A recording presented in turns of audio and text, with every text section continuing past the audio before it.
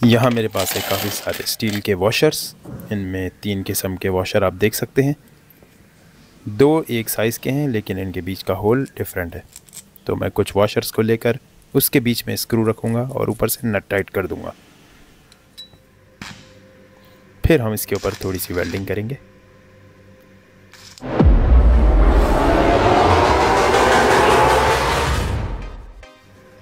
अब हम इसके ऊपर वेल्डिंग कंप्लीट करेंगे और आप देख सकते हैं कि वेल्डिंग यहाँ पर 2 तरफ से नज़र आ रही है। बाद में मैंने इसे चारों तरफ से वेल्ड कर लिया था। तो ये कुछ इस तरीके का नज़र आ रहा है। अब इसे हम वॉइस के अंदर फंसाकर इसके अंदर का जो होल है उसका साइज़ थोड़ा सा बड़ा करेंगे। ड्रिल प्रेस यूज़ करते हुए मैं इसका साइज़ बड़ा कर रहा हूँ।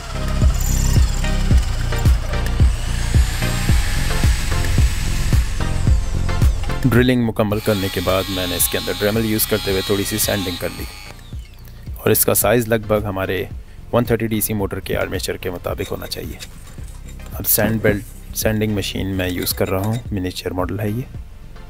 इसकी आउटर साइड को हम सैंड करके एक स्पेसिफिक शेप देंगे। सबसे पहले मैं इसकी वेल्डिंग को कट करूँगा। क्योंकि मैंने इस पीस को चारों तरफ से वेल्ड कर दिया था तो इसका शेप कुछ अलग नज़र आ रहा है।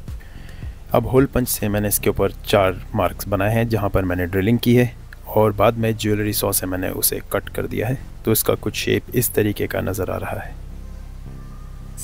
अब एंगल ग्राइंडर यूज़ करते हुए मैं इसके ऊपर कुछ मार्किंग्स बना रहा हूँ और अंदर से इसे ड्रेमल यूज़ करके पॉलिश कर लिया है। जो हमारी टॉय ग्रेड डीसी मोटर होती है, ये उसकी बॉडी है, उसे हम इन मार्किंग्स के मुताबिक कट करेंगे।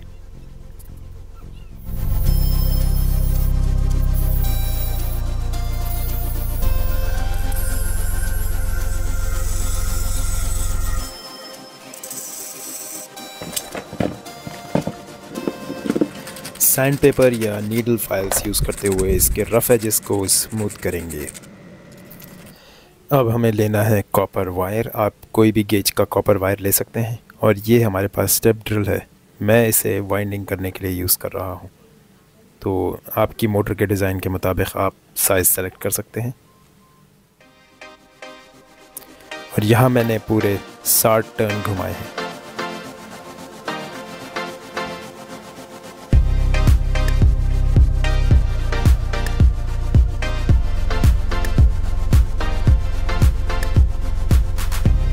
सुई और धागा यूज़ करते हुए हमने इस कॉइल को अच्छे से बांध लेना है दोनों साइड से।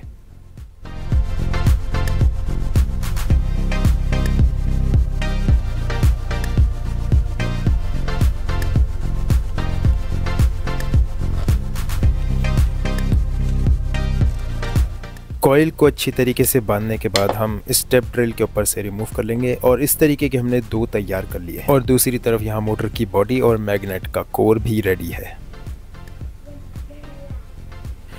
अब इस बनाए हुए पार्ट को हम मोटर की बॉडी के अंदर फंसाएंगे और ये मोटर का आर्मेचर बीच में रख के इसे सेंटर करेंगे। ये सिर्फ सेंटर करने के लिए हम यूज़ कर रहे हैं।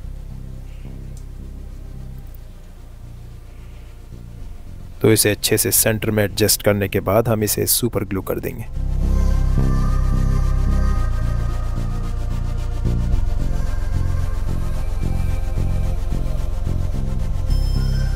ग्लू करने के दौरान हमने ये ध्यान में रखना है कि आर्मेचर कहीं फंस ना रहा हो, इसे फ्रीली घूमना चाहिए।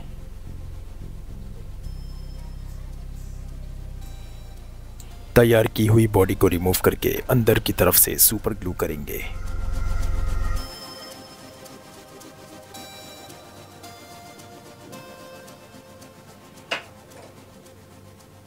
अब चलते हैं कॉइल्स की तरफ। तो जो कॉइल्स हमने तैयार किए थे उनमें आप देख सकते हैं कि एक तार लंबी है और एक तार छोटी। ये हमने पोलैरिटी को ध्यान में रखते हुए वाइंडिंग की है। स्टार्टिंग पॉइंट कॉइल का जो है वो छोटी तार है और एंडिंग पॉइंट थोड़ा लंबा।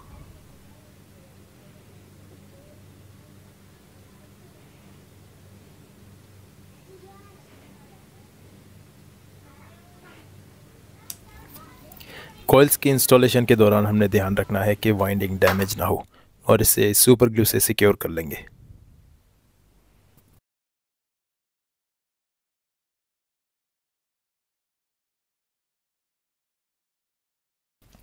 दोनों कॉइल्स अच्छी तरीके से इंस्टॉल हो गई है और इसे हमने सुपर ग्लू भी कर दिया है।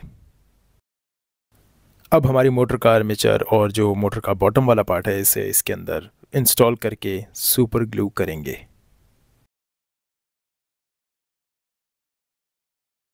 बॉटम वाले पार्ट को सुपर ग्लू करने की वजह यह है कि इसके लॉक्स डैमेज हो चुके थे।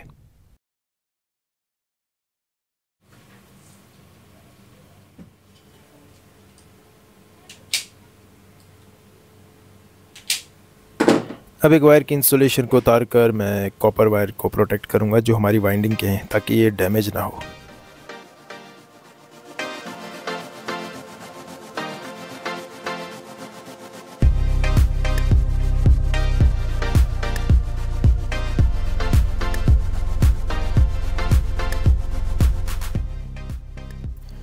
तो यहाँ पर हमारी मैग्नेटलेस मोटर कंप्लीट हो गई है। कॉपर वाइंडिंग्स हमारे पास दो हैं इसके अंदर और दोनों की वायरिंग्स इस पीवीसी इंसुलेशन के अंदर से आ रही है, दोनों अलग अलग साइड से। एक एक वायर्स डायरेक्टली आपस में जुड़ रहे हैं सेंटर में यहाँ से आकर, और एक एक वायर्स दोनों पॉइंट्स के ऊपर कनेक्टेड हैं। एक रेड और एक ब्लैक वायर मैंने इसके ऊपर जोड़ दिया है जिससे हम इसे टेस्टिंग कर सकेंगे। तो ये मोटर आप लोगों को कैसी लग रही है कमेंट बॉक्स में मुझे ज़रूर बताएं। वीडियो अगर पसंद आ रहा है तो इसे लाइक करें। चलते हैं इसकी टेस्टिंग की तरफ।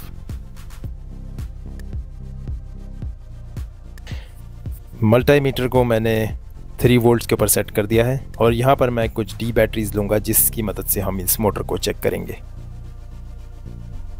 1.4 वोल्ट शो कर रहा है। एक और बैटरी ले लेते हैं। 1.5 वोल्ट इस बैटरी के आ रहे हैं। तो मीटर को हटा देते हैं और चेक करते हैं इस मोटर को। 1.5 वोल्ट पर ये चल तो रही है लेकिन काफ़ी स्लो चल रही है। इस स्पीड के ऊपर इसे हम किसी भी इस्तेमाल में नहीं ले सकते। चेक करते हैं 3 वोल्ट्स के ऊपर। 3 वोल्ट्स के ऊपर इसकी परफॉर्मेंस काफ़ी बेहतरीन है।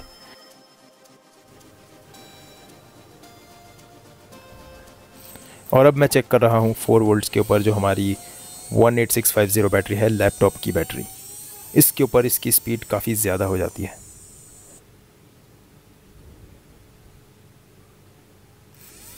तो ये मोटर दिखने में बिल्कुल एक एसी मोटर की तरह है, लेकिन इसे स्टार्ट करने के लिए हमें कोई कैपेसिटर नहीं चाहिए और साथ ही साथ इसकी स्पीड और टॉर्क भी काफ़ी अच्छी है।